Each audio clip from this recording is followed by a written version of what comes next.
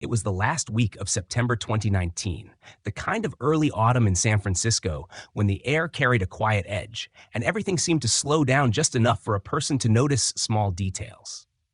Thomas Miller had been driving the Market Street route for years, watching faces come and go, schedules repeat, lives intersect briefly before disappearing again.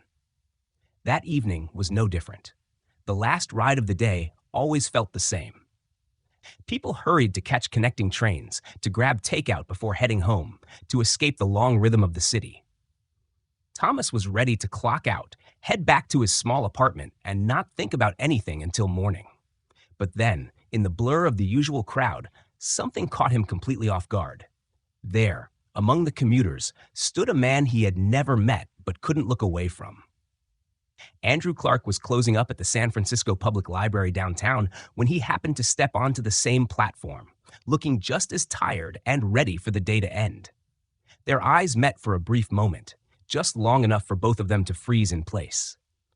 There was no mistaking it. The face staring back at Thomas wasn't just familiar, it was his own.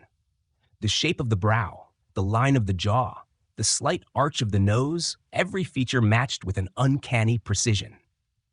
For Andrew, the shock was instant. It felt like staring into a mirror that didn't belong to him. Neither of them moved at first. Time didn't exactly stop, but it thickened, long enough for disbelief to settle in and curiosity to follow. Thomas tried to rationalize it. Maybe he had seen this man before somewhere in the city. San Francisco wasn't that big. Maybe it was just coincidence, some strange look-alike. But it wasn't. It was too perfect. Andrew felt the same cold pull of realization. A part of his mind, the practical librarian used to solving puzzles, started adding up details. The man in front of him wasn't just similar. It was exact. Not close. Exact. Thomas finally glanced at the man's ID badge, still clipped to the collar of his work uniform. Andrew Clark, Public Library, born March 12, 1972. The date made Thomas's stomach tighten. His own driver's license carried that exact date, down to the minute. 8:15 a.m. Andrew noticed the name tag on the bus driver's jacket. Thomas Miller, born March 12, 1972. 8:15 a.m. The world did not spin faster or slower in that moment. It simply felt heavier. Thomas had lived 47 years, believing he had no biological siblings. His mother died when he was a child, and there were no family photos beyond a few faded black and white snapshots. Life had been straightforward, ordinary, unremarkable. Andrew had grown up in foster care. Records of his birth were thin, with only fragments of information: a birth date, a hospital name, and a foster placement that began before he could speak. He had stopped asking questions about where he came from long ago. Yet here they were. Two men who shared not just a face but a date, a time, an origin. For years, the missing pieces of their lives had been sitting silently beneath the surface, waiting for something or someone to set them in motion. That night, without a word exchanged, they both understood they were standing at the edge of something bigger than either of them could explain. Thomas returned home restless. The day had ended like any other, but nothing felt ordinary anymore. Andrew sat in his small apartment surrounded by stacks of old books, unable to focus on anything else. The shock wasn't fading, it was growing. Somewhere in the dusty corners of forgotten records, buried under decades of silence, a story that began on March 12, 1972, was still alive. It had been waiting for 47 years. And now, whether they were ready or not, it had found them. Andrew didn't sleep much in the days that followed.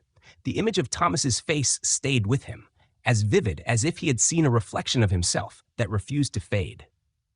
Every night after the library closed, he stayed behind, pulling microfilm reels and opening digital archives that hadn't been touched in years.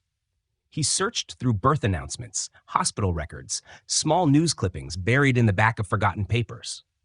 There was no plan, just a restless need to understand why someone else in the city had the same face, the same birthday, and the same hour etched on a record that was supposed to belong only to him. After several nights, he found it. A short article, no longer than a few lines, tucked inside a 1972 edition of the San Francisco Chronicle. The headline barely caught the eye. It mentioned 4 newborns transferred from St. Mary's Hospital under unusual circumstances.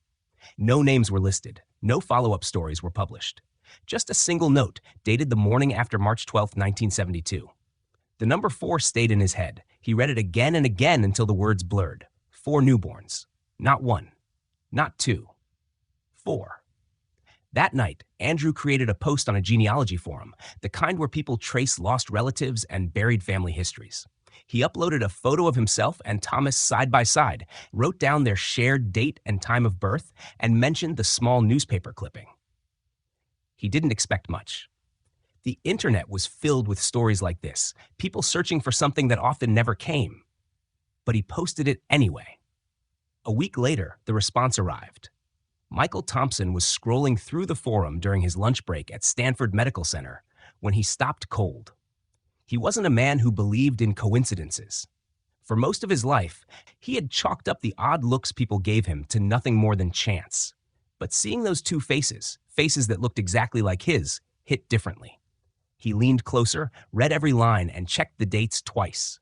He had been born in San Francisco on the same day, at the same hour. Michael wasn't adopted, but he had grown up with unanswered questions. His birth certificate was vague. His mother never spoke about the first months of his life.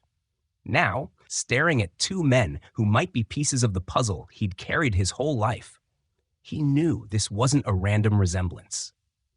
He sent a message to Andrew that same afternoon. While that happened, across the bay in Oakland, Emily Carter was helping one of her 5th graders with a research project.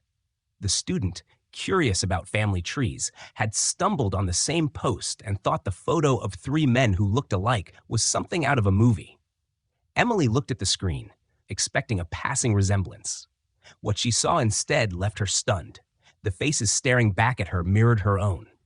Same eyes, same jaw, same small, distinct feature near her temple that no one else ever seemed to have. She checked the birth date at the bottom of the post. It matched hers exactly. Emily had spent her childhood in foster care, bouncing from house to house until she was 12. She had made peace with not knowing where she came from. But this cracked open something she thought was long sealed. She left a message for Andrew that night. 3 strangers answered the same silent call from the past. And so, a week later, they met at a coffee shop a few blocks from the Golden Gate Bridge. It wasn't a planned location for anything symbolic. It was just a place where they could sit together without drawing attention. Andrew arrived first, unsure what to expect. Thomas followed, then Michael, then Emily. 4 people who had lived separate lives for nearly 5 decades found themselves staring at one another, searching for the words to explain what no one else could. The similarities were undeniable. They didn't need confirmation. The same birth date, the same features, the same faint sense of something missing all their lives. It wasn't just the shock of resemblance. It was the quiet, heavy weight of knowing they had each carried an incomplete story. For the first time, the number in the old newspaper clipping wasn't just a line of text. It was real. 4 people sitting together, bound by something none of them yet understood. The past had been silent for decades, but now it was stirring, and none of them could turn away. The decision came quickly and without much debate. They needed answers that couldn't be argued away. A DNA test was the only thing solid enough to cut through the fog that had wrapped itself around their lives for almost half a century. They chose an independent lab in the city, not connected to any hospital where records might be buried. None of them trusted the system that had allowed 4 newborns to vanish from the same hospital on the same day. The process itself was uneventful. Swabs, signatures, paperwork. The real weight came after they left the building. Waiting for something that could rewrite the foundation of a life was a quiet kind of storm.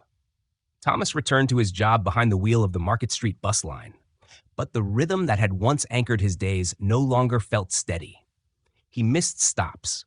He forgot names of regular passengers. He caught himself checking his phone during breaks, half expecting news that wouldn't come for days. The schedule still moved, but his mind didn't. For 47 years, his life had been ordinary and self-contained. Now, that boundary had been cracked open. Andrew buried himself deeper into the library's archives. His colleagues noticed the late hours but said nothing. He went through boxes of paper that smelled of decades of dust, trying to find anything, any scrap, that explained how 4 infants could be transferred in silence. Every document he touched felt like a thread pulling him closer to something that had always been just out of reach. He didn't sleep much. He didn't talk much. All that mattered was the missing part of his own history, written somewhere he hadn't yet found. Michael spent his nights in the lab long after his shift ended. He didn't need to process the results himself. He wasn't even allowed to. But working surrounded by centrifuges, vials, and sterile trays gave him a strange sense of control. His career had always been about samples that belonged to strangers. This time, the samples were tied to something he couldn't detach from. It wasn't just data anymore. It was the key to everything he never understood about his life. Emily went back to the foster agency that still existed in a new building under a different name. The woman at the front desk had changed. The files had been digitized, but the fragments of her past still lived somewhere in their archives. She sat through long appointments, filed formal requests, and waited for access to records that were incomplete even back then. She read her own name in forms signed by people she couldn't remember, guardians she had left behind before she could speak. It wasn't clarity she found there, but it was a starting point. 1 week passed. When the call finally came, none of them were surprised. But hearing the words still shifted the air around them. The results showed a 99.9% match. They shared the same parents. They weren't distant relatives. They weren't coincidences. They were siblings. 4 children born at the same hour, in the same place, to the same mother and father. There was no manual for how to process something like that. It wasn't joy exactly. It wasn't fear either. It was the weight of something true finally landing. Andrew was the first to find the second piece of the puzzle. In an off-site municipal storage unit where old medical records were kept, he followed a reference number from the newspaper clipping to a neglected box. Inside were documents from St. Mary's Hospital, stamped March 12, 1972. There was a transfer record with no signatures from the parents. There was a line that said Infant A, Infant B, Infant C, and Infant D. There was also a small velvet pouch, faded and torn, containing 4 identical silver necklaces engraved with a single letter, Y. The room felt heavier as they examined everything together. 4 children taken out of a hospital before sunrise, no names, no legal trail, no explanation. The pieces had existed all along. They had just been buried deep enough to be forgotten. For the first time, their connection was no longer just a shared birthday, a resemblance, or a number in an old newspaper. It was documented, signed, real. And somewhere behind those signatures, a story was still waiting to be uncovered. They agreed to meet on a quiet Saturday morning, each of them wearing the identical silver necklaces found in the dusty box. The metal felt cold against their skin, but it anchored them to something solid. 4 strangers bound by something deeper than coincidence now moved together with a shared purpose. None of them said much on the way. They all understood what this next step meant. The address from the old hospital records no longer existed. St. Mary's had been closed years ago, the land redeveloped, the walls that had once held their first breaths demolished without a trace. When they arrived, they found themselves standing at the entrance of a busy shopping center. The hospital where they were born had been replaced by a maze of clothing stores and chain restaurants. No signs remained of what had stood there before. For a long moment, they didn't know where to begin. Andrew held the old medical transfer papers like they were the only map they had. Michael scanned the storefronts, searching for anything that might carry a clue. Emily walked ahead and spotted a small, weathered grocery shop tucked into the corner of the block, the kind of place that had been there long before everything else changed. Thomas suggested they ask inside. The woman behind the counter was well into her 80s, her accent thick with the kind of history that stays when everything else moves on. When Andrew showed her the old photograph of the hospital's front from the archive, her eyes narrowed. She didn't hesitate. She pointed at the space they were standing in and said, it had been St. Mary's. She remembered the sirens one night in March 1972, the doctors rushing in and out, and a young woman being escorted through the back entrance by security. She couldn't remember details, but she remembered her face. She remembered how frightened that woman looked. The woman leaned closer and told them if they wanted more than old memories, they needed to talk to someone who had actually worked there. She gave them the name of a retired physician who had lived nearby for decades. Richard Green. Daly City wasn't far. The nursing home she described was quiet, the kind of place where the past lingered in faded photographs and folded blankets. They found his name on a small directory at the front desk. A nurse guided them down a hallway to a modest room. When the door opened, Richard Green was sitting upright in a chair by the window. His hair was white, his hands thin, but his eyes were sharp. When the four of them entered, something in his expression changed. He didn't need to ask who they were. His face softened, almost as if he had been waiting for this moment longer than they had. They introduced themselves one by one, showing him the silver necklaces. His hands trembled slightly as he lifted one to look at it closer. He whispered their birth date without being told. He said it as if he had repeated it to himself for decades. March 12, 1972. 4 infants. No records left behind. He spoke slowly, but every word carried the weight of a truth too long kept. A young woman had come to the hospital late at night, in labor with 4 children. She was terrified, not of giving birth, but of what would happen after.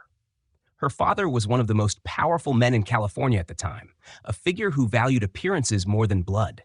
He wanted the children gone before anyone could know they existed. Richard had been the attending physician. He remembered her name clearly. Eleanor Stone. He remembered how she begged him to make sure they lived, how she pressed the necklaces into his hand, one for each child, before they were taken away. He remembered signing falsified transfer papers that sent them to 4 different places. He hadn't seen her again after that night. Thomas clenched the necklace in his palm. Emily stared at the floor. Michael asked nothing. Andrew recorded every word in his mind, burning it into memory. The past was no longer a question. It had a name. Eleanor Stone, a young woman who had fought to save them before the world erased their existence. And now, almost 50 years later, the story she tried to protect was beginning to surface again. The name Eleanor Stone didn't feel distant. It carried weight. It belonged to someone who had been powerful enough to disappear 4 children and silent enough to leave no trace behind. In the days after their visit to the nursing home, none of them went back to their normal lives completely.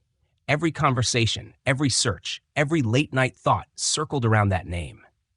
Andrew dug through public archives, legal databases, and art catalogs. Eleanor Stone wasn't just anyone. She had been the only daughter of William Stone, a man whose financial empire stretched across California in the 1970s. There were old newspaper photos of her standing beside her father at charity galas, fashion events, political fundraisers. And then, abruptly, the images stopped. A woman who had once lived in the center of a powerful circle vanished from the public eye in 1975. Michael searched through medical databases and traced the licensing history of physicians from that era. Records showed Eleanor Stone had given birth at St. Mary's Hospital on March 12, 1972, but the hospital report was sealed by court order shortly after. It was a level of protection far beyond anything a private citizen could arrange. This wasn't an ordinary closed file. It was something deliberately buried. Emily spent nights reading old society columns and real estate transfers. The Stone family's properties changed hands repeatedly in the late 70s. Lawsuits, trusts, shell companies. Everything suggested an attempt to bury anything tied to Eleanor's disappearance from public view. Thomas had fewer tools, but a sharper instinct. He spoke to drivers, longtime residents, anyone who had lived in the city long enough to remember the Stones. People remembered the father more than the daughter. He was feared, respected, the kind of man whose name could end a conversation. The first real lead came from a lawyer named James Porter. He was in his 70s, still working part-time at a small legal office in Marin County. Andrew reached him after finding his name on a sealed court filing from 1975. At first, Porter refused to talk. Then, when Andrew mentioned the names of the 4 children and the date of birth, something in his tone shifted. He agreed to meet. Porter had been a junior associate at the time, tasked with managing paperwork for one of the most powerful men in California. He remembered the night William Stone ordered that every trace of Eleanor's delivery be erased. According to him, she had fought him with everything she had, but she was young, unmarried, and completely under her father's control. The children were considered a scandal. The only way to make it disappear was to make them disappear. But Eleanor didn't fully surrender. She had signed secret instructions giving the infants to a network of people she trusted more than her father's men.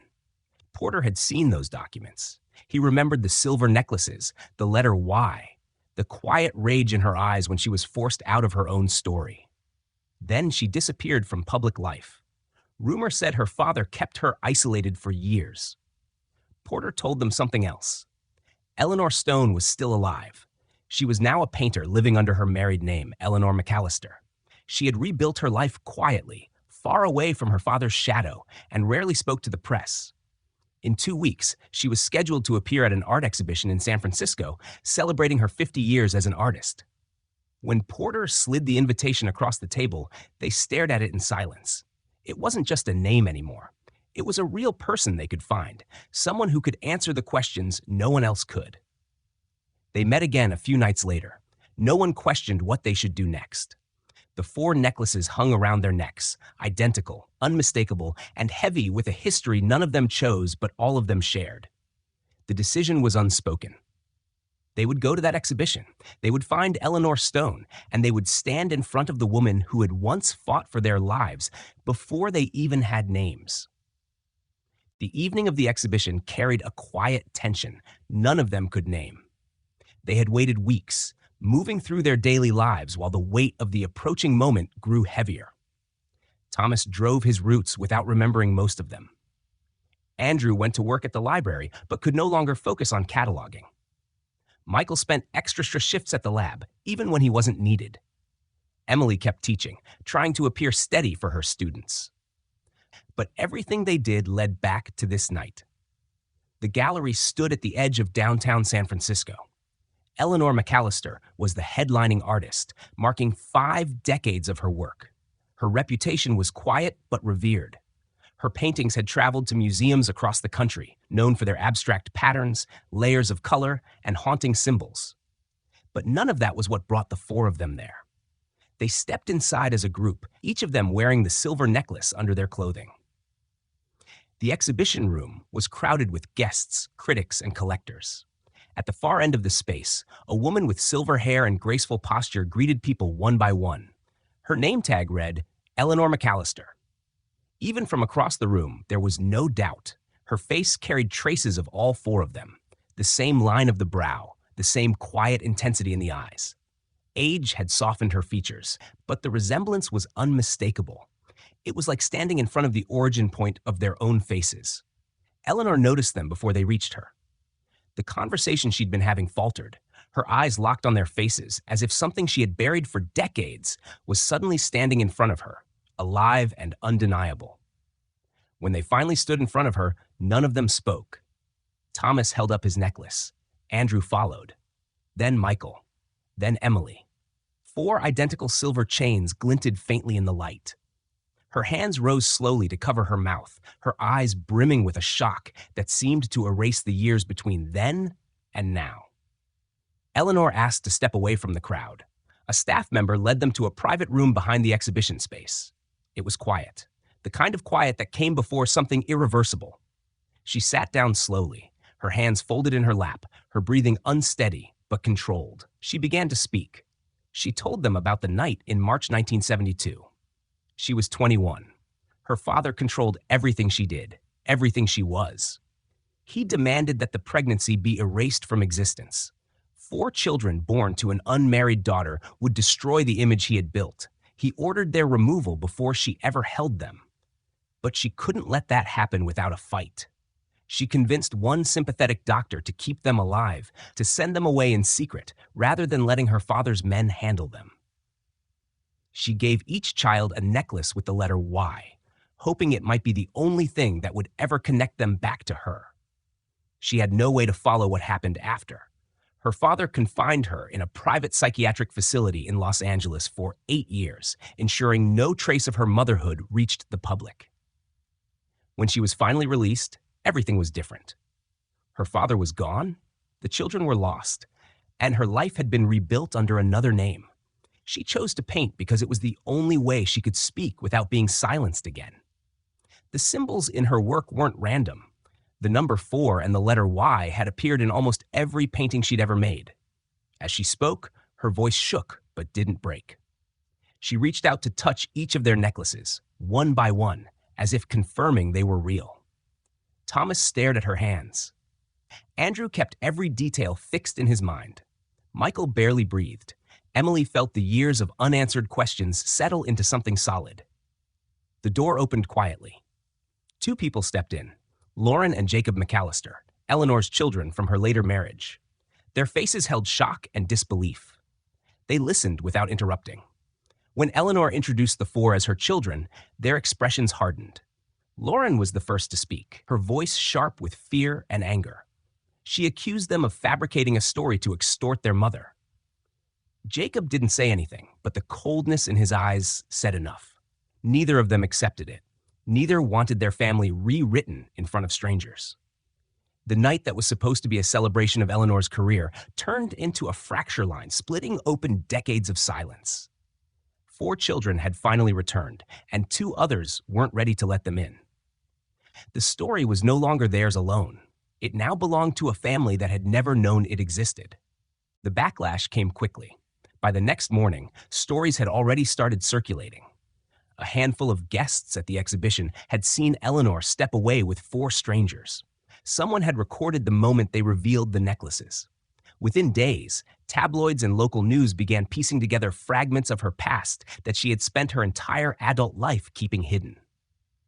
The name Eleanor McAllister was now being tied to Eleanor Stone, the daughter of a man whose wealth had built half of the city's skyline. Lauren and Jacob moved fast. They hired attorneys, issued statements denying everything, and filed an injunction to block any claim connecting the 4 siblings to Eleanor or the Stone estate. They argued that the DNA tests weren't done through an accredited agency, that the story was fabricated, that the timing was opportunistic. They accused Thomas, Andrew, Michael, and Emily of exploiting a vulnerable woman. For the 4 of them, the days blurred together. The shock of meeting their biological mother had barely settled before it turned into something colder and more hostile. They hadn't come looking for money. They hadn't even decided what they wanted. But now the fight was no longer just personal. It was being shaped by lawyers, headlines, and strangers who had no idea what it felt like to grow up with a past that had been stolen. Eleanor tried to speak for them, but Lauren restricted her access to the public. Statements were filtered. Her health began to falter. One evening, Thomas received a call from the hospital. Eleanor had been admitted with heart complications. When the 4 of them arrived, security guards at the door told them they weren't family. Lauren had signed a list of approved visitors. None of their names were on it. The helplessness that followed was sharper than the shock of the first meeting. Emily sat in her car outside the hospital for hours, unwilling to drive away. Michael called lawyers who explained how long court processes could take. Andrew dug deeper into archives, convinced there had to be something stronger than a DNA test to prove what they already knew. Thomas drove his bus routes in silence, every stop feeling heavier than the last. It was Andrew who found the tape. He had gone back to the municipal storage unit, combing through boxes connected to St. Mary's. Most of them were empty or irrelevant. But in one folder, beneath a stack of shipping receipts, he found a cassette labeled with a date, March 12, 1972. The voice on the recording belonged to Richard Green. It was old, strained, but clear. He recounted what had happened the night Eleanor gave birth. He mentioned William Stone's orders to erase the children, the falsified transfer papers, and the risks he took to keep them alive. He said their lives had been hidden to protect them, not to erase them. The tape changed everything. Lawyers who had once dismissed their claims began to pay attention. Lauren and Jacob demanded to hear the recording, and for the first time, their certainty began to crack.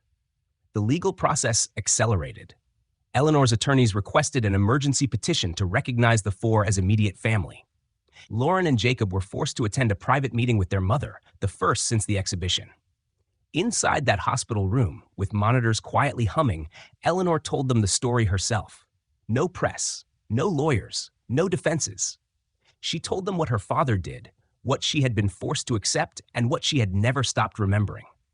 Jacob broke first. His voice cracked under the weight of a truth too clean to deny. Lauren resisted longer. She had spent her entire life believing she was part of a perfect narrative, a mother with no past, a family with no ghosts. But the evidence left no room for rewriting. The court granted temporary access.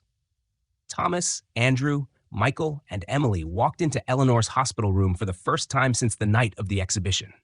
Her eyes softened when she saw them. No one said anything at first. They didn't need to. The years that had been taken from them could not be returned, but the distance between them no longer felt impossible to cross. Outside the courtroom and hospital walls, the story had already taken on a life of its own. Reporters speculated about inheritance, power, and legacy. But inside that room, it was quieter. It wasn't about property. It wasn't about the Stone Empire. It was about a mother who had carried a wound for nearly 5 decades and 4 children who had spent their lives unknowingly living its consequences. Lauren and Jacob finally let them stay, the room filled with a silence that wasn't hostile anymore. It wasn't forgiveness, not yet, but it was the first fragile step towards something that might hold. Eleanor's recovery was slow but steady. Weeks passed, then months, and the sharp edges of the crisis began to soften. The lawyers who had filled every hour with demands and accusations became background noise. The media moved on to other stories. Inside the hospital, it wasn't about the noise outside anymore. It was about the quiet, unfinished bond between a woman and the 4 children she never had the chance to raise. Thomas was the first to start visiting regularly. His work schedule left little room for anything else, but every spare hour he had, he spent sitting near her, listening to the way she remembered things. She told him about the night he was born, the sound of rain against the windows, the way she counted each breath as they took him away. Andrew became the one who brought pieces of the past to her. He brought copies of newspaper clippings, hospital transfer slips, photographs of the city in the 1970s. She traced her finger over every page, memorizing the things she had never been allowed to keep. Michael stayed quiet most of the time. He stood in the back of the room, watching, listening, processing. His work had always been about other people's lives, never his own. But this time, the story belonged to him too. Emily carried the lightness the others didn't have. She asked Eleanor questions no one else did. She wanted to know what it felt like to paint those endless symbols, to live decades with 4 ghosts no one acknowledged. Her questions didn't demand answers. They made space for the kind of truth that lived between words. Lauren and Jacob visited less often at first. They hovered on the edges, watching from a distance, still unsure how to fit this new reality into their lives. But little by little, they began to step closer. Jacob sat beside Thomas one afternoon and asked about growing up without knowing anything. Lauren started talking to Emily, not as sisters, not yet, but as 2 women standing on opposite sides of a wall that was slowly coming down. When Eleanor left the hospital, the 6 of them stood together outside for the first time. It wasn't a celebration. It wasn't something that erased what had happened. It was quiet, raw, and real. For the first time, they didn't feel like strangers tied together by tragedy. Months later, they made a decision. The 4 siblings signed papers to establish a foundation in Eleanor's name. The letter Y was etched on the logo, taken from the necklaces had once been the only thread connecting them to a forgotten beginning. The foundation's mission was clear: to support single mothers, foster youth, and children lost in systems that made them invisible. It wasn't about money or legacy. It was about building something living out of the pieces of something stolen. On the first anniversary of their reunion, they returned to Baker Beach together. Eleanor walked slowly but without help. The siblings gathered in a loose line, staring at the horizon as the morning light spilled across the water. None of them spoke about the past. None of them needed to. It lived in their silence in a way words never could. Lauren and Jacob stood a few steps away, unsure at first. Then, without anyone prompting them, they moved closer. Eleanor reached for their hands. The 6 of them stood shoulder to shoulder, watching the sun lift itself above the line where the ocean met the sky. The necklaces hung around 4 necks, no longer symbols of loss, but of connection. They were never meant to find each other. Their lives had been scattered, shaped by different families, different struggles, different stories. Yet they had found their way back to the beginning none of them remembered. The past hadn't been erased. It never could be, but it no longer defined what they were allowed to become. They were not the secret their grandfather tried to bury. They were not the scandal. They were a family, unsteady, imperfect, but real. As the wind picked up, Eleanor closed her eyes, holding all 6 of her children in the same quiet moment. She had lived most of her life waiting for something she thought would never come. But here they were. Not as an echo of the past, but as proof that even after a lifetime of silence, love can still find its way home. The waves moved slowly against the shore, and for the first time in decades, everything felt whole. The kind of wholeness that doesn't erase pain, but stands beside it. The kind that doesn't need to be perfect to be true. Thank you so much for taking the time to listen to this story today. Stories like this remind us that family isn't only defined by blood, but also by courage, truth, and the bonds we choose to protect. Even after years of silence, love has the power to bring people back together and heal what was once broken. This story is more than just about the past. It's about second chances, forgiveness, and the strength it takes to face old wounds with honesty. It shows us that even the most hidden truths can one day come to light, and when they do, they can build something stronger than what was lost. If this story touched your heart, the best way to support our channel is simple. Give it a like, share your thoughts in the comments below, and don't forget to subscribe. Your support helps us continue bringing meaningful stories to life. Stories that inspire reflection, hope, and connection. Thank you again for being here, for listening with an open heart, and for walking through this journey with us. We truly appreciate every single one of you.